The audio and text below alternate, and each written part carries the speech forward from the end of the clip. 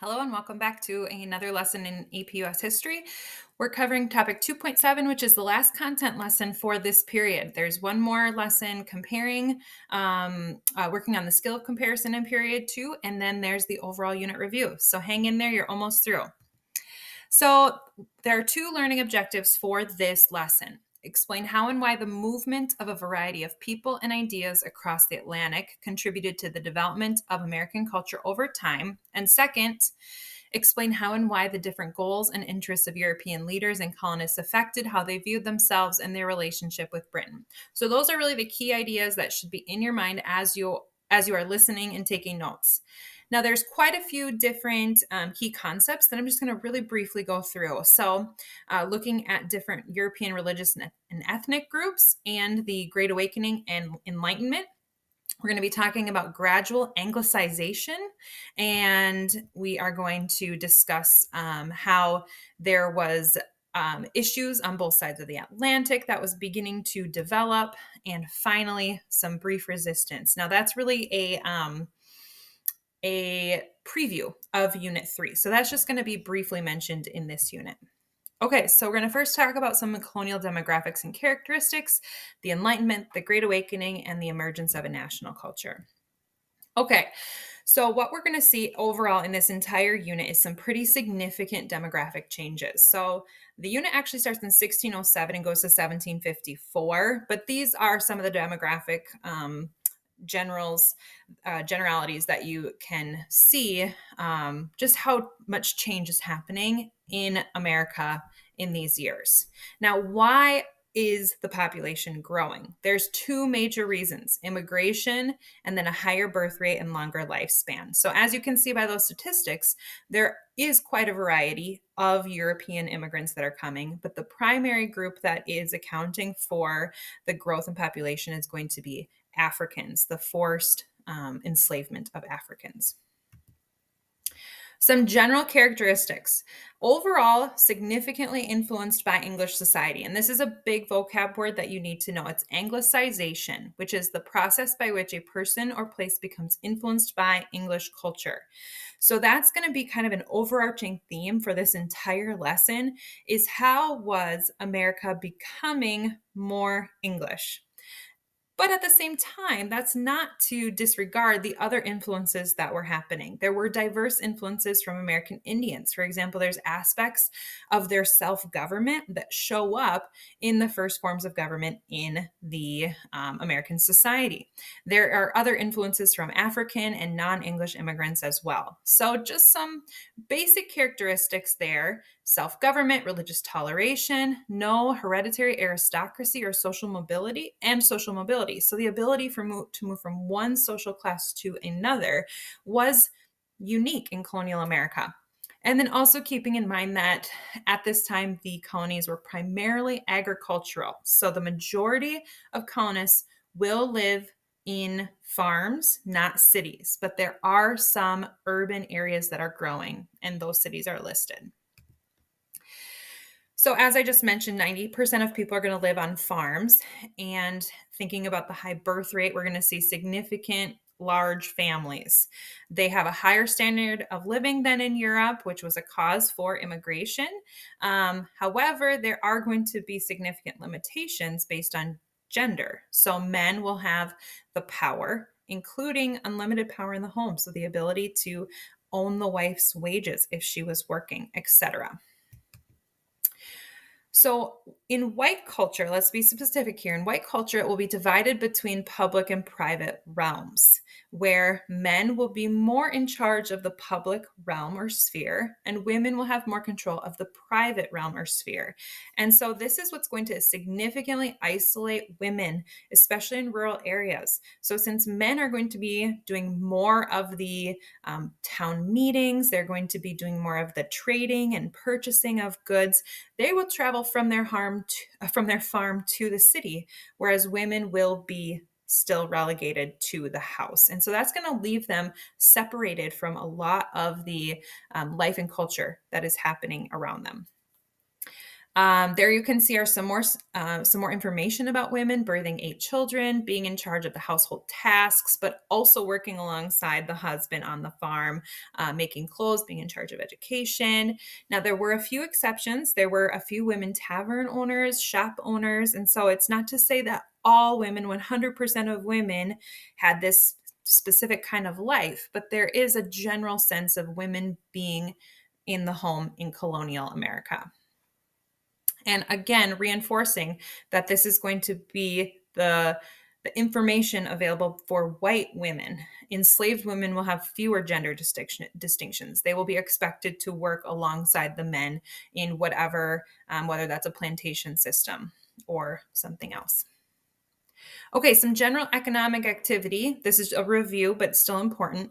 We're going to see agriculture being the most important, but as the period goes on, there are increasing amounts of ministers, lawyers, doctors, teachers. So in New England, we see subsistence farming, a huge emphasis on shipbuilding. So all of that lumber and timber trade, and also rum distilling.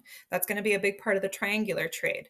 In the middle colonies, we have agriculture more centered on grains, and there are some hired and forced laborers. About 7% of the colonies will be enslaved Africans, and then the largest cities are going to be from the middle colonies.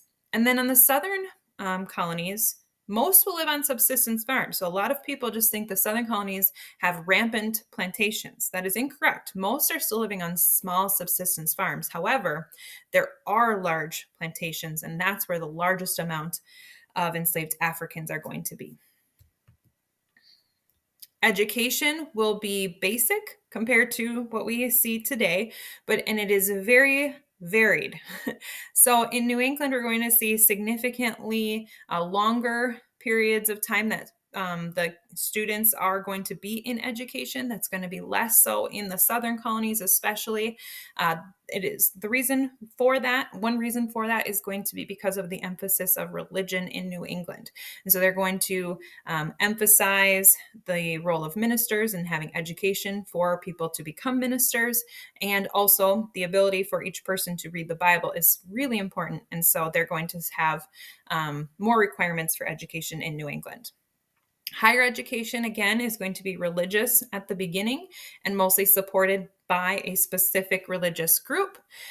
But we do start to see other colleges developing. For example, a medical college will be part of the College of Philadelphia in 1765. Cultural activities. By the 1700s, the colonists will have more leisure time, especially when compared to their counterparts in England. But again, that's going to be really relegated to the wealthy, like the southern planters or the northern merchants. And so what we see happening because of that leisure time is the development of new activities. For example, what we're going to see is architecture becoming important. And so here's Massachusetts Hall from Harvard, and they're going to imitate a style found in England. So here you can see the Anglicization happening, the process of imitating England.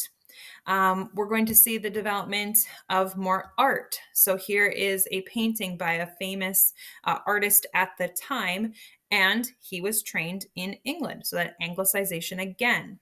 As far as literature goes, here are a few of the most prominent, most famous writers of the period.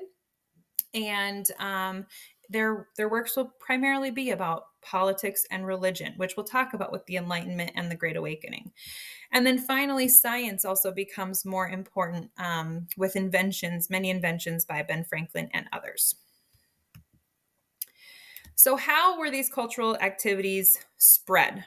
Well, it is in a variety of ways. The primary way will be newspapers. These will be weekly publications, but quite short when compared to today's newspapers. They will contain news, some of which would be like a month old from Britain or more, essays, critiques of government, advertisements, information about enslaved persons who had run away. Pamphlets were another important way for ideas to be distributed. Short, small books that people could consume and pass on to another person. Taverns, as you can see in the image, is going to be a very prominent location for men, as you can see in this image, for men to discuss politics, to discuss religion, and debate. And there was a postal system as well. And all of this is going to be more centered in cities and towns, which are much more prominent in New England and the Middle Colonies.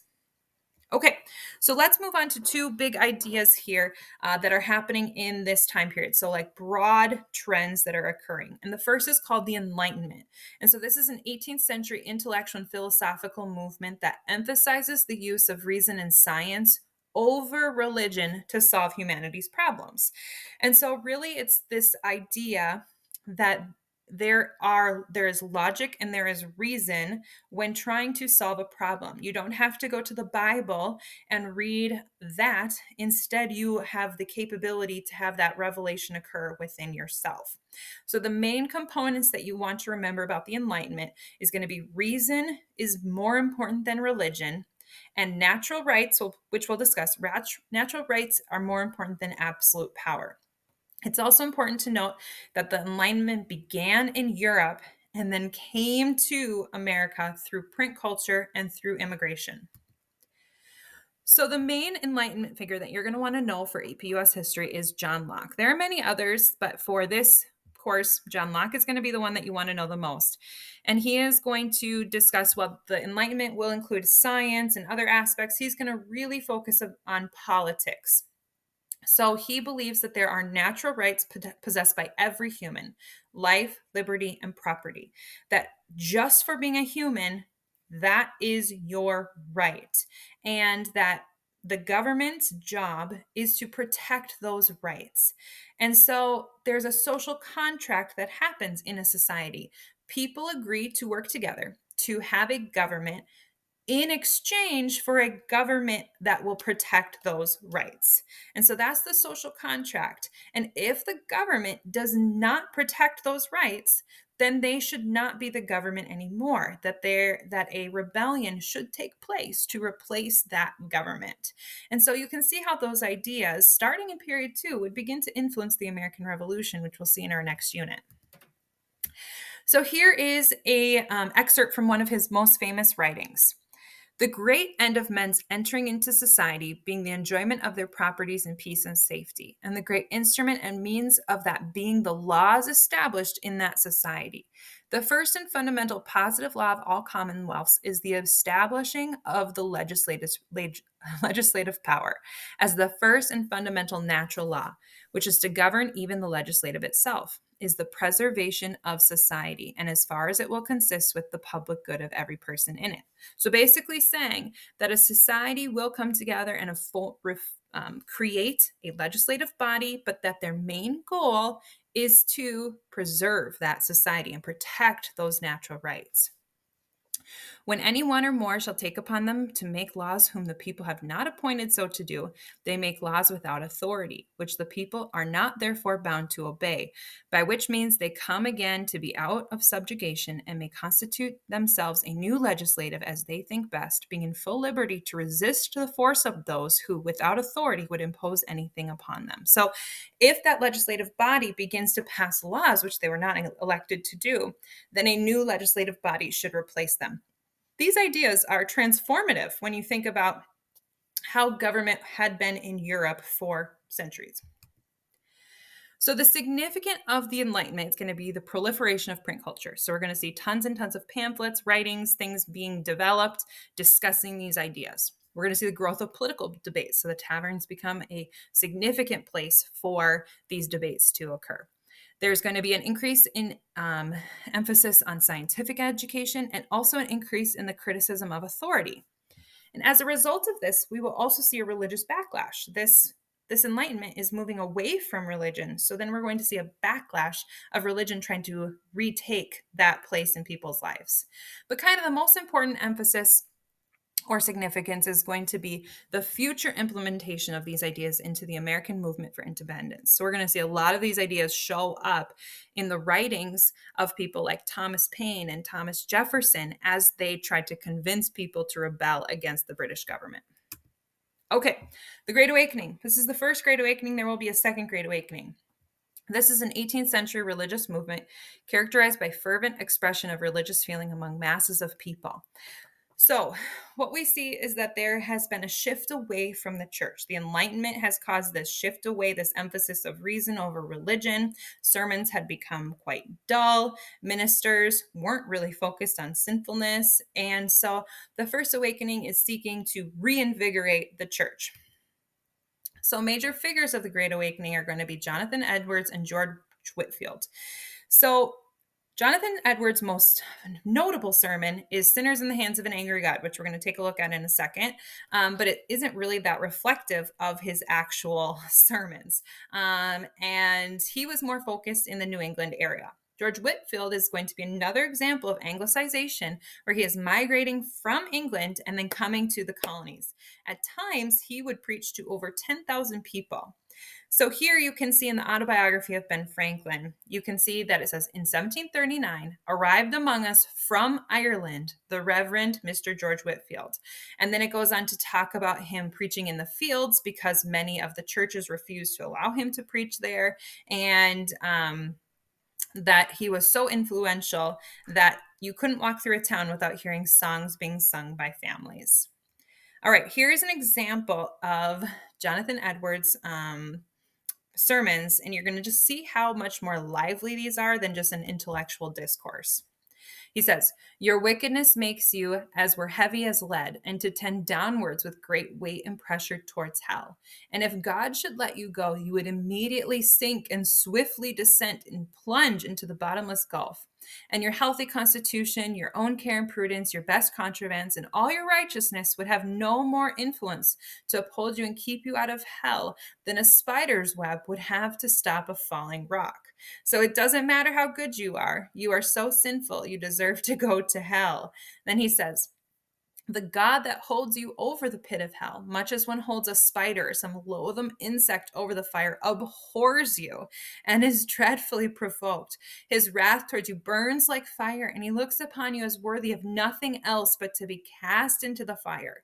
He is of purer eyes than to bear to have you in your sight, and you are 10,000 times more abominable in his eyes as the most hateful, venomous serpent is in ours. O sinner, consider the fearful danger you are in.